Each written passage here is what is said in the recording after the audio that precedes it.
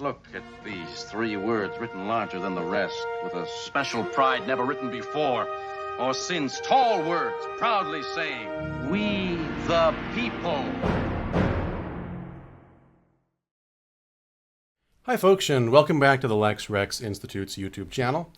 Once again, I'm Alexander Haberbush, President and Lead Counsel here at the Lex Rex Institute, where we fight to hold the government accountable and remind officials that the Constitution isn't just a suggestion. In today's video, we're continuing our How to Make Your Vote Count series by talking about how to vote for local legislative boards, positions like City Council, County Board of Supervisors, School Board, and more specialized boards like your Water District or Fire Protection District. These boards control decisions about your community that affect your daily life, but here's the key thing. Legislative boards, unlike judges, are inherently political. Now, you might hear a lot about national elections, but here's the truth. Local legislative boards often have a much greater impact on your day-to-day life.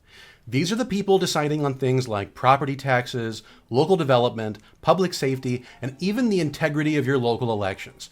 They're the ones making decisions about your community's future, often with very little oversight.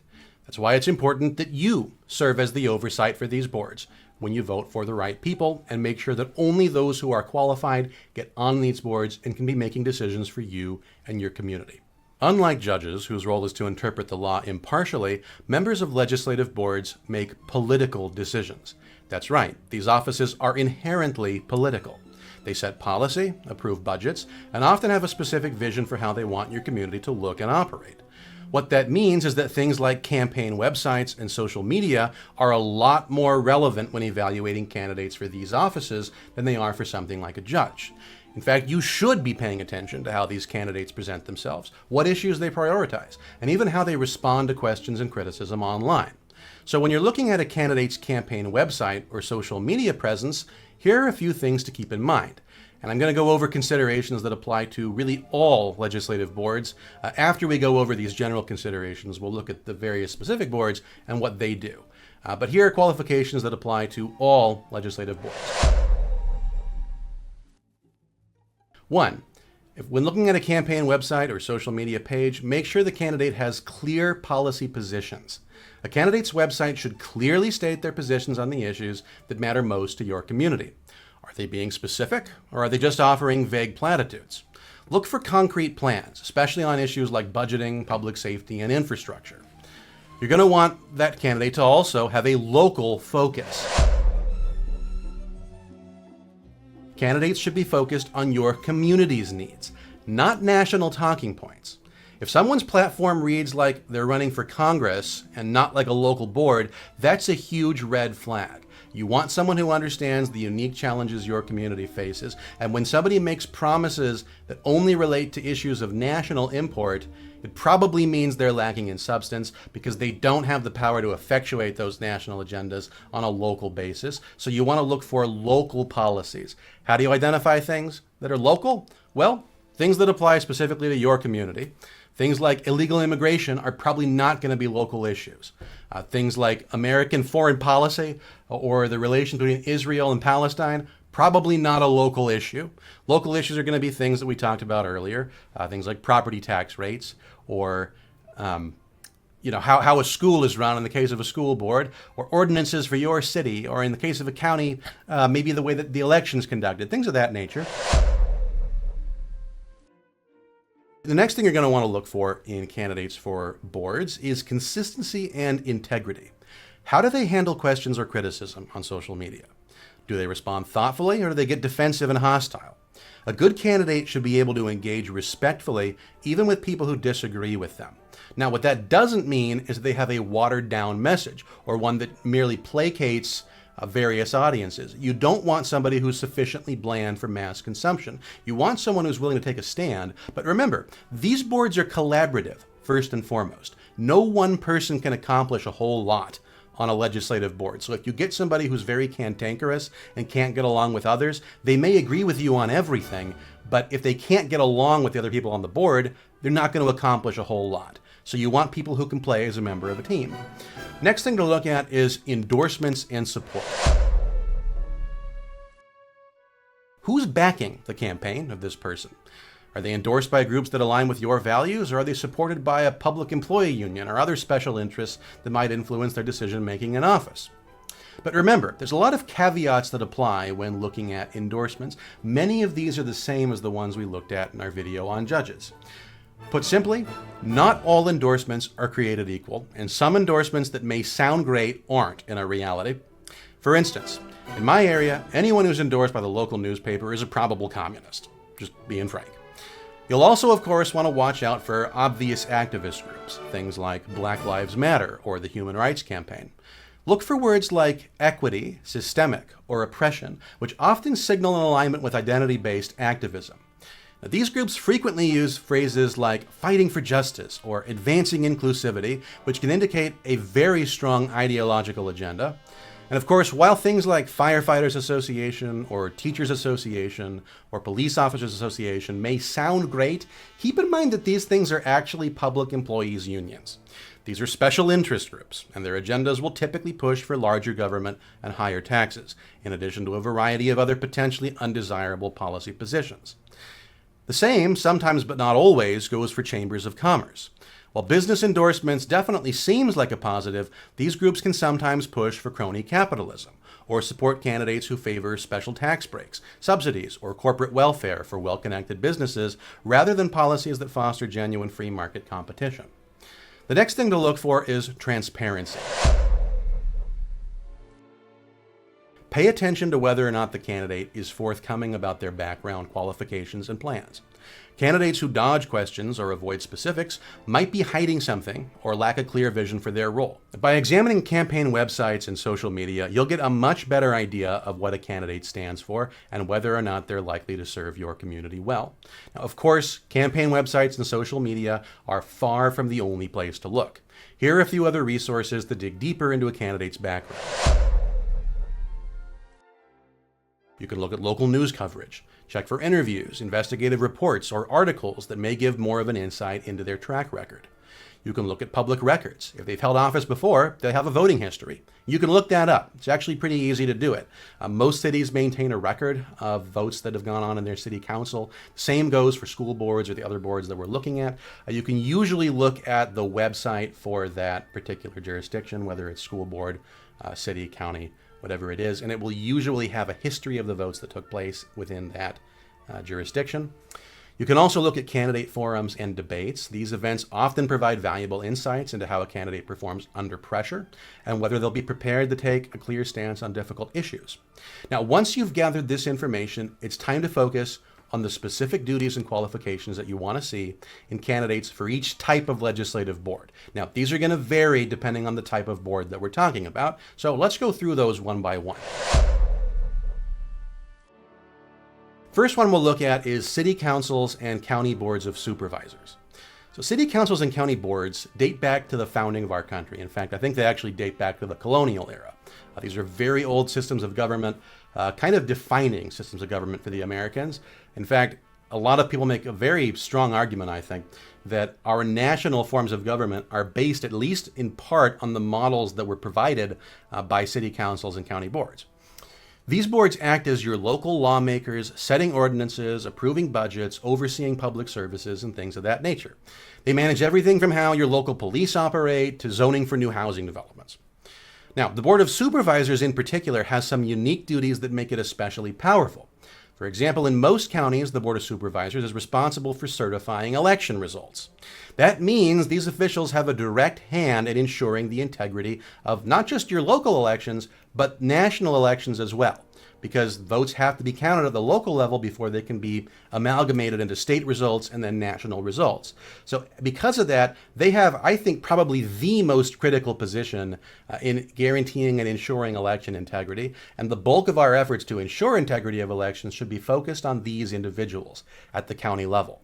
Now, city officials, and consequently the city council, if your city uses a council model, also does have some control over elections, but this is usually restricted exclusively to city elections. They don't, it doesn't go city, county, state for election results in a broader general election. The county reports directly to the Secretary of State. So county is where you want to focus when it comes to national elections. So what do we want to look for when electing a member of a city council or Board of Supervisors. Candidates should understand that local government exists to serve the people, not to control them. Look for someone who prioritizes individual freedom and resists overregulation. You also want someone who has election integrity as a high priority. Given their role in certifying elections, it is absolutely crucial that your county supervisors are committed to transparency and fairness in the electoral process. Now, this can often require them to commit to things that will be very unpopular for them at the state level, whether it's delaying to certify results or refusing to certify results that have problems in them. They should not be functioning as simply a rubber stamp. Every element in our government, every body that's supposed to look at the integrity of an election's results has an affirmative duty to verify the accuracy of those results. Nobody should just be relying on what somebody else told them and saying, well, we think the ROV did a good job, so we're going to sign off on it. You want somebody who's actually qualified to look at those results. So someone with a background in statistics might be good for that purpose, but also who has the wherewithal and the courage to actually do it, to look at those results. You also want someone who cares about fiscal responsibility.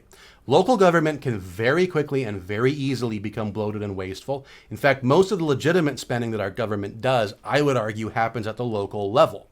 So candidates who prioritize responsible budgeting are absolutely essential to keeping your taxes in check and preventing unnecessary spending.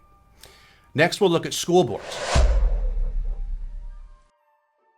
So school boards were established a bit later. Most of these came to be in the late mid-19th century to give local communities control over their public schools. Today, they decide what your children are taught, how school funds are spent, and what policies schools must follow. Unfortunately, many school boards have strayed from their original mission and allowed progressive ideologies to creep into classrooms under the guise of equity or inclusivity. These boards must be held accountable for what goes on in your children's schools.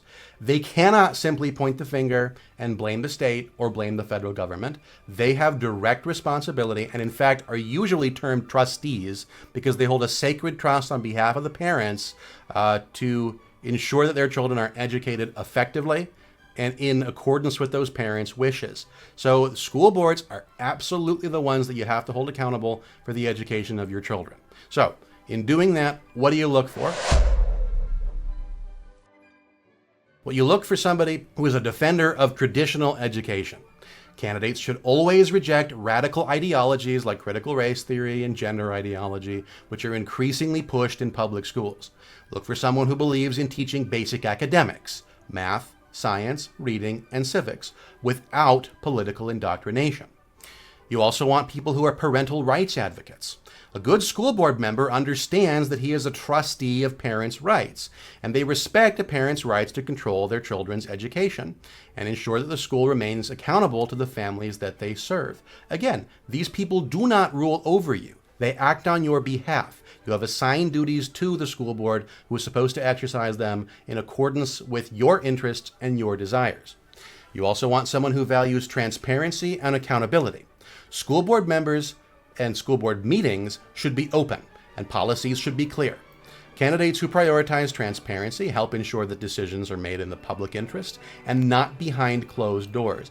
This is extremely important. I would also put alongside this, you want someone who's going to take responsibility for what's going on in their school district. It's extremely easy for school board members to pass the buck to members of the school staff, permanent staff, because they're there all the time getting a full-time income. They're actually on site, on campus. It's really easy just to look at the superintendent of the schools and say, well, he's doing a good job. We're going to trust him on everything and just do everything that he tells us to. You don't want a school board member who's going to do that. You want a school board member who's going to be accountable to parents first and to voters, their constituents, not to frankly, bureaucrats who are permanent members of these schools and who are, who may be more informed on a day-to-day basis, but who do not have the same agendas or interests in mind as the voters in that district and the parents of the children attending those schools. Next, we'll look at the water district boards. So not all jurisdictions have these, but for those that do, water district boards emerged as governing bodies in the 20th century, and their purpose was to keep control local for water resources. These boards play a pivotal role in managing water distribution, setting rates, and planning for long-term water sustainability. So what should you look for when picking a member of the water board? First, I think probably the most important thing you should look for is local control of resources. You want candidates who oppose state or federal overreach into local water management. Your community's water supply should be managed by your community, by people who understand the needs of the area. And please, please pick someone who has an actual background and experience in water. It's unbelievable how many people run for this office that have nothing to do with water and have never worked in water management before in their lives. I live in a state that they're constantly claiming is in perpetual drought, and the fact that we can't get qualified candidates for water board is... Don't get me started. Anyway, long-term planning is the second thing you're going to want to look for. A good board member will be focused on long-term water conservation and infrastructure improvements, not just short-term political gains. Now, this is going to be especially difficult for members of any of these boards because most of the things they're going to do that really matter and have a desirable effect in the long run are things that will not have an effect during their administration. So they will be out of office by the time the positive effects of any policy they implement come into effect. So you want people who aren't just concerned with promoting themselves or their own political career, but who care about the long-term prosperity of their community. Next, you're going to want somebody who cares about private property rights. Water district decisions can affect property rights, particularly for farmers and landowners. So choose candidates who respect private property and resist eminent domain abuse. So the next couple boards that we look at are going to be very similar in terms of their qualifications to the water board that we looked at. And the first of those is transit boards, which are responsible for managing public transportation systems, particularly in urban areas. And they started in the mid-20th century. They're responsible for overseeing things about buses, trains, other forms of public transit, things of that nature. And of course, fire protection district boards, which were created to give local control over fire protection services. These manage local fire departments and oversee emergency response services and ensure that communities are prepared to deal with natural disasters. Now, in both cases, the qualifications, like I said, will be fairly similar to what we looked at for the water board. In particular, you're going to want people who are very good with fiscal stewardship. Candidates should ensure that everything is operating efficiently and that funds are being used wisely and not wasted on bloated administrative costs or unnecessary things that you just don't need. They should also have a local focus. That's always going to be important in all of these boards. It's also a good idea to have people who have some sort of background in the thing they're managing. So people who have a background in public transit are going to be good for your transit boards, although you got to be careful here. Because they shouldn't be responsive to the needs of bureaucrats or other special interest groups. And sometimes, because pretty much all public transit is government managed, that can run into some difficulty because a majority of people that have experience in that will be bureaucrats of some form or another. So you want to balance those considerations. Get people who know what they're doing without appearing to be beholden to special interest groups. Same thing with fire boards, because most firefighters, I guess there are some volunteer firefighters, but most firefighters are public employees. You're going to have the same issue here. You're not going to want people who are members of the Public Employees Union for firefighters. Avoid them, but do get people who are fiscally responsible and who keep disaster preparedness in mind. The last board that we're going to look at is health district boards. So health district boards oversee public health services in regions that may not otherwise have access to large healthcare systems.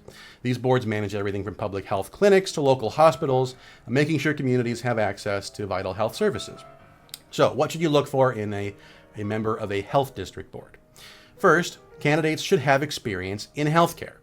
They could be doctors, nurses, administrators, really any of the above would be good for this particular position. Doesn't need to be a doctor, just somebody who has experience in healthcare is good for that position.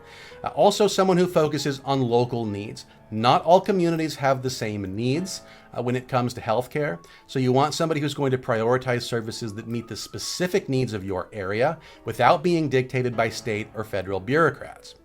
You also, again, want people who have resistance to overreach.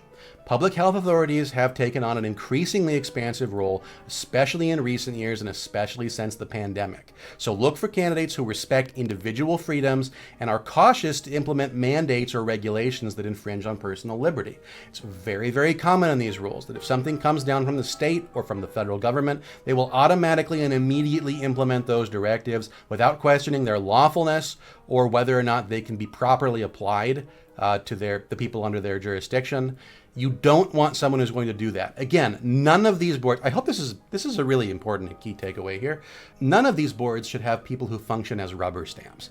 All of these boards have an important and integral function in our system of government. If we wanted bureaucrats to be deciding all these things for us, we would not have legislative boards. So you don't want somebody who always trusts what they're told by the bureaucrats. You want someone who will verify everything put in front of them. That's probably the single most important qualification for any of these boards, really, is not being a rubber stamp. I cannot stress that enough. All right, what other key takeaways do we have? Well, when voting for any local legislative board, remember that these positions have a direct impact on your life.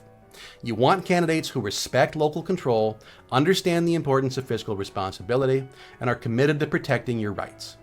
Do your research, look into their backgrounds, and ask tough questions before you cast your vote. Thank you for watching this episode of How to Make Your Vote Count. Of course, voting for local boards is one of the most important ways to protect your community and your freedom, so hopefully you weren't too bored with boards today. Anyway, again, make sure that your vote counts by electing candidates who share your values. And remember, when in doubt, vote against the incumbent, because unless you're sure they're doing a good job, they're probably not. The deep state must be destroyed.